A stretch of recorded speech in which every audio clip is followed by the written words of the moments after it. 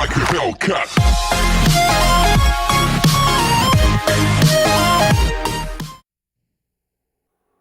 Hello and welcome back to the channel where once again it's time for another Sega Saturn review, and today we're taking a look at the Saturn's iteration of the Shinobi series known as Shinobi X over here in Europe, otherwise known as Shinobi Legions. It came out towards the end of 1995 over here and continued with the series' well-known 2D platforming action.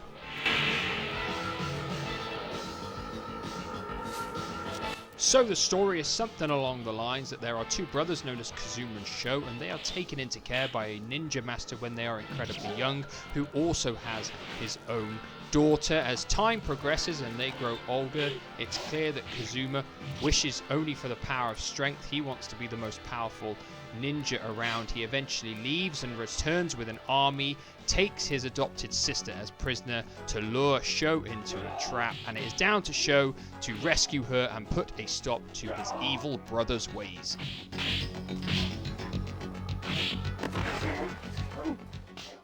So once the main menu rocks around, you will see that you can start a new game or head into options. Heading into options, it's all your standard stuff. You can select the difficulty of the game, easy, normal or hard. You can select the number of knives that you start with, or otherwise known as shurikens. You can check the controls. You can test out different music tracks from the game. You can test the sound effects as well. You can choose mono or stereo. It's pretty simple stuff. And then it is back to the main menu.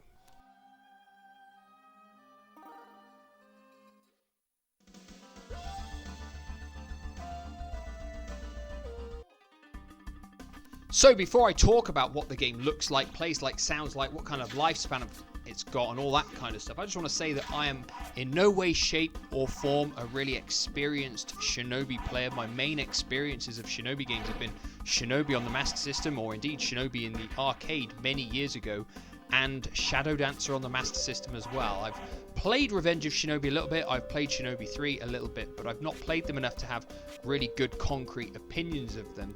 To my knowledge, this game carries on in a similar way to Shinobi 3. So with all that said and done, let's get down to my review of Shinobi X and take a look at the way it looks, the way it plays, the way it sounds, and what kind of lifespan it's going to give you, and whether it is worth playing today. Straight away, when talking about the visuals, I've got to talk about the fact that it uses pre-rendered images and sprites. This was all the rage back in the mid-90s, so it's not really a surprise that the game went for it.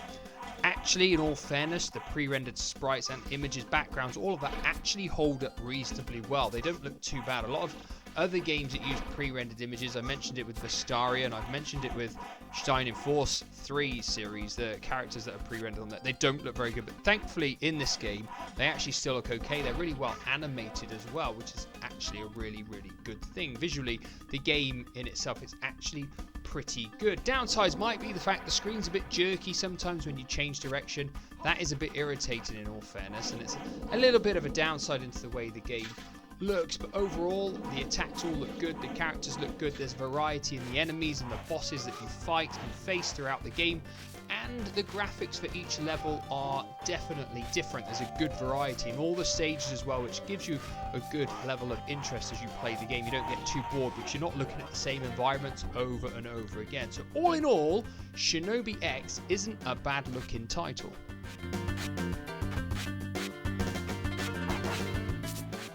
Moving on to the way the game sounds, the kind of sound effects and music we've got here, and the sound effects on the game are actually pretty good. I think most Shinobi games that I've played anyway have actually been pretty good with the sound effects in terms of your sword, your shurikens, all that kind of stuff.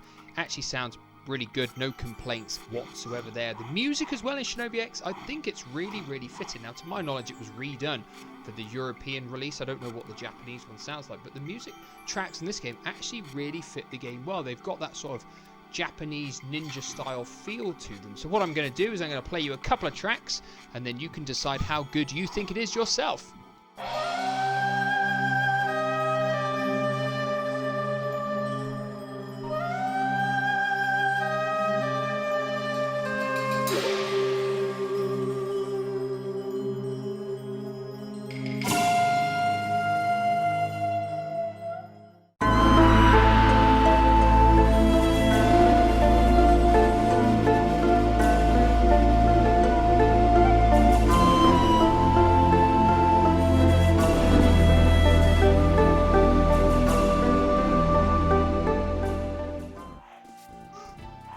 So moving on to the way the game plays, and it plays pretty similarly to all previous iterations of Shinobi from my experience. You've got the A button to throw your shurikens, B to use your katana, C to jump, which if you double tap you will do a double jump. You've got your special move button X, you've got Y and Z to block. So they're pretty much the standard controls work really well. They always have, I think, from the Shinobi games that I've played. You can collect power-ups to get your health back, to boost your shurikens, to boost your katana attacks, to get your special move, all of that kind of stuff that is synonymous with Shinobi games. He's got some pretty cool moves as well. He can do rolling attacks, he can wall jump, which is really good. I think that was fairly uncommon as well back in games in the mid-90s. I think that's a really good addition to the game, the way it plays, and everything about the way it plays just does work really well.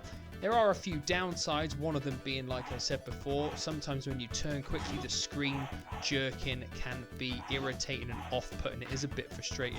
And sometimes when you jump, obviously the platforms disappear from below you because the screen moves up. So you're sometimes unsure of if you're going to land in exactly the right place. But there are plenty of different kind of attacks as well that you can do with your katana to keep you interested. It's not just a case of walk forward and press the attack button to do one chop with the sword. He's got plenty of different moves and stuff, so it gives the game a bit of variety in the way that it plays. Overall, I think it definitely plays pretty well.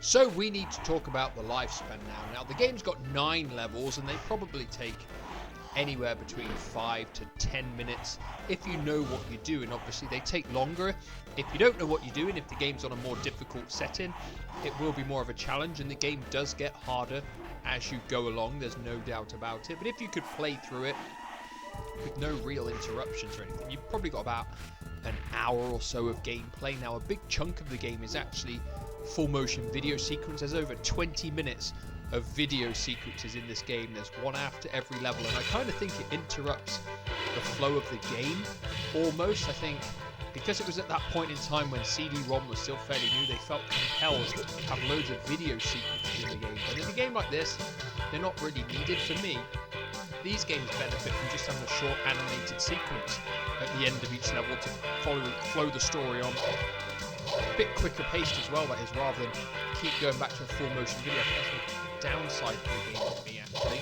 in all fairness, the fact that there's so much FMV in the game. So overall, you know, you can change the difficulty, but there's not a lot to come back to once you've completed it, in my opinion. You play through it once and then that's it. It's not really the kind of game that you want to go back to and play again. There's no bonus stages on this game either. For me, Shinobi games always had that sort of like bonus level where you're throwing shurikens or attacking other things to try and get extra lives or whatever. This game doesn't have any of those. It literally is the 9 levels and the bosses, and then job done.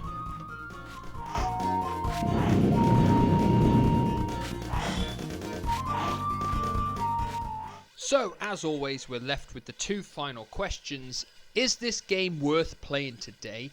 And does it make it into our Saturn top 10? Now, if you're a fan of Shinobi games, then you will find enjoyment playing this game today. I found a little bit of enjoyment playing it, but I would definitely not say it's an essential purchase. I wouldn't say you're missing out on anything massively if you never play it in your entire life. It's also a very expensive Saturn game now. You're going to be looking at over £100 if you want to pick up a physical copy of this title. So if you're a physical collector, you really have to think about whether you want to pay that for a game that's only going to give you about an hour's worth of entertainment once you know what you're doing.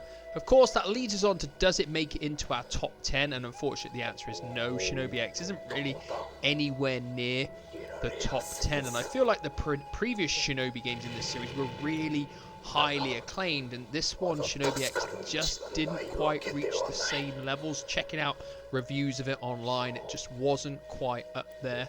For me, a big drawback was just the amount of full motion video in the game. I really felt it drags the game down a little bit. It sort of slows the pace down, and you don't really want that in a game like this. That is my opinion though. What are your thoughts of Shinobi X? How well do you think it holds up to this day, and how would you rate it in the Saturn's pecking order? Would you have put it inside my top 10?